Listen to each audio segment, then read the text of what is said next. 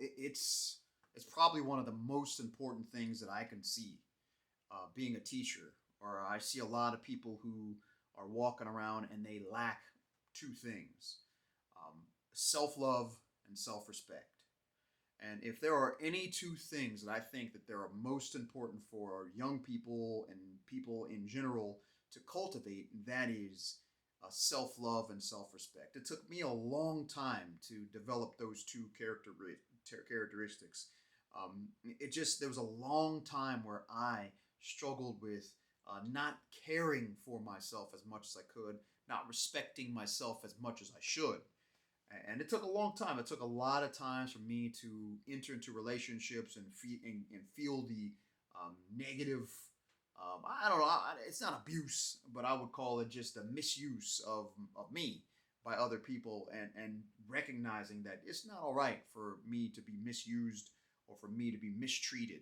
Right? There's a certain level of self love, self respect that must go into me living life, and that's what we see in Nikki Giovanni's poetry.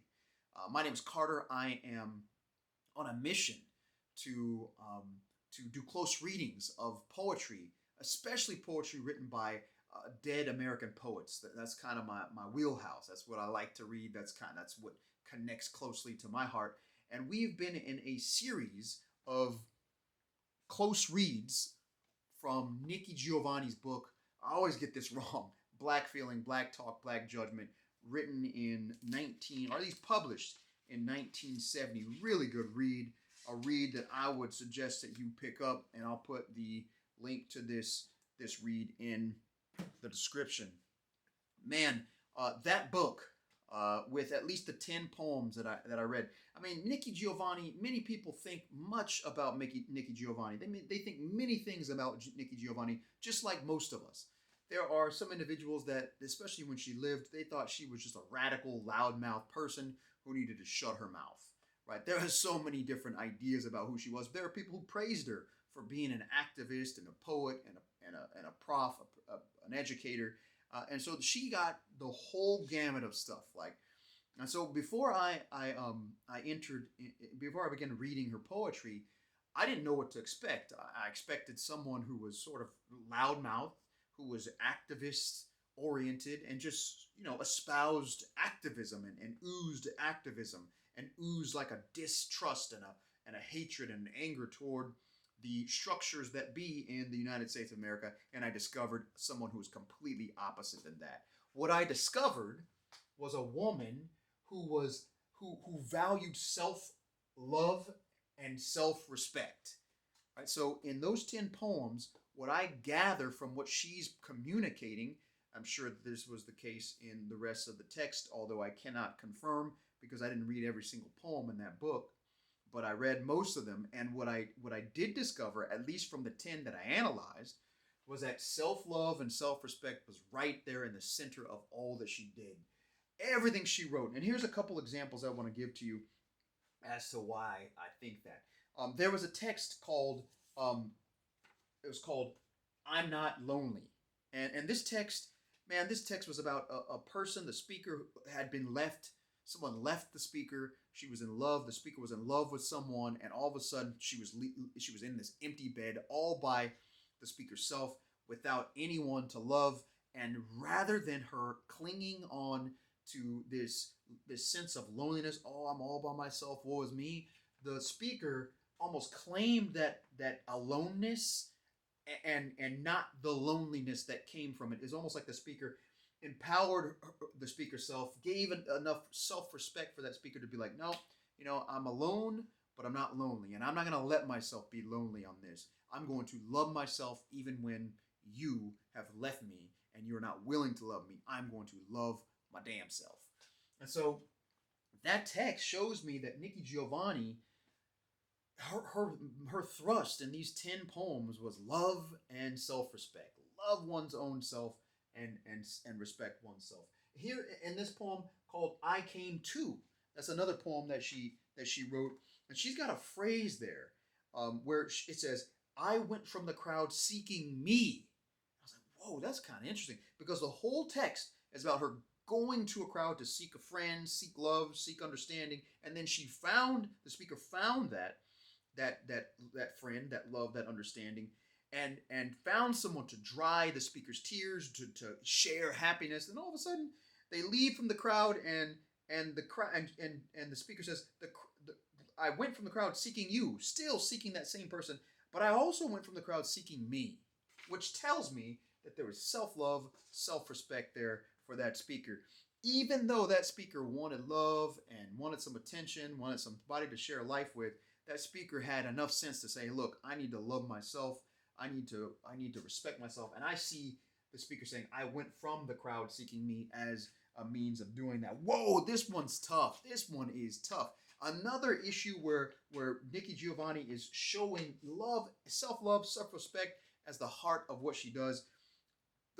Black Power is the title of this one.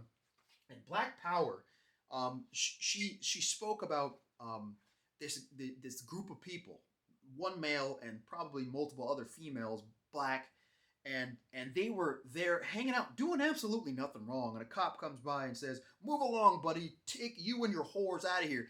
And at that point, the gentleman just gets into animal mode and lurches, and there's a tremendous growl, and he pounced on the cop.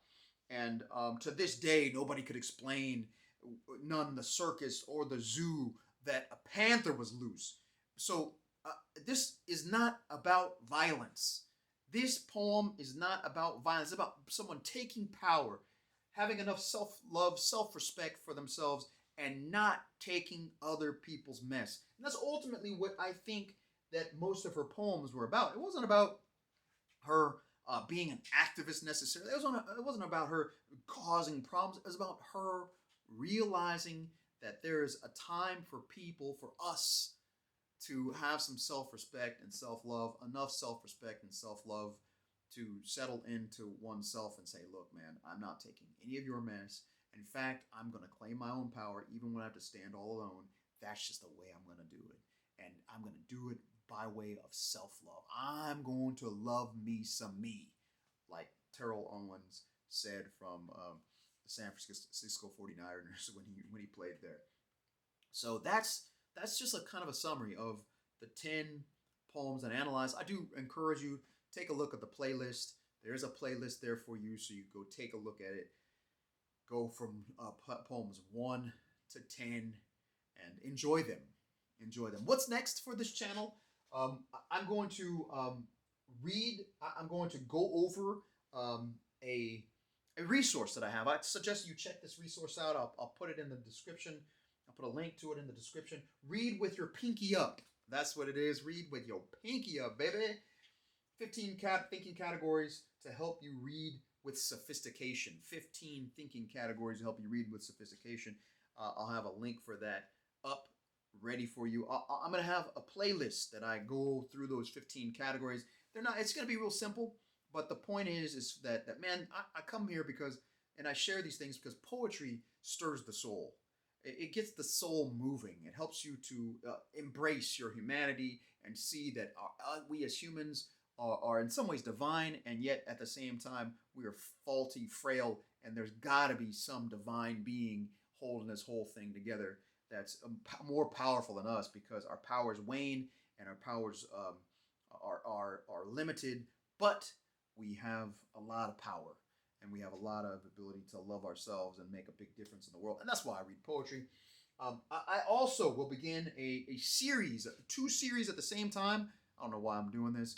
I hope I can pull it off. I know that I know I can pull it off. I know I can. I think I can. I know I can. And I'm going to read Robert Frost. We're going to do close reads of Robert Frost one day, and then close reads of Langston Hughes one day. And let me see here real quick. And then when I post them, I'm just going to put a little asterisk by the poem, and then I'm going to write the poet's first name there, or first and last name there, and so that you'll know which poem was by whom, and I'm just going to alternate back and forth, and I'm going to read as much of their poetry as possible. In fact, I'm going to be going through this book by Robert Frost. This book is called Poems by Robert Frost. It's two collections of poems: A Boy's Will and North of Boston, Signet Classic. Oh yeah, you know we like those Signet Classics right there, baby. And then also I'm going to be going through the collected poems of Langston Hughes here. Look at this guy. Collection of poems. And I'm going to be going through his poems early in his life. His poems from 1921 to 1930. So I can't wait to see what those poems have to offer. That's all I got for you on this one, folks. Just a reminder, Nikki Giovanni in the book Black Feeling, Black Talk, Black Judgment teaches us to love ourselves, respect ourselves, even if others don't. So I'll see you on the next one.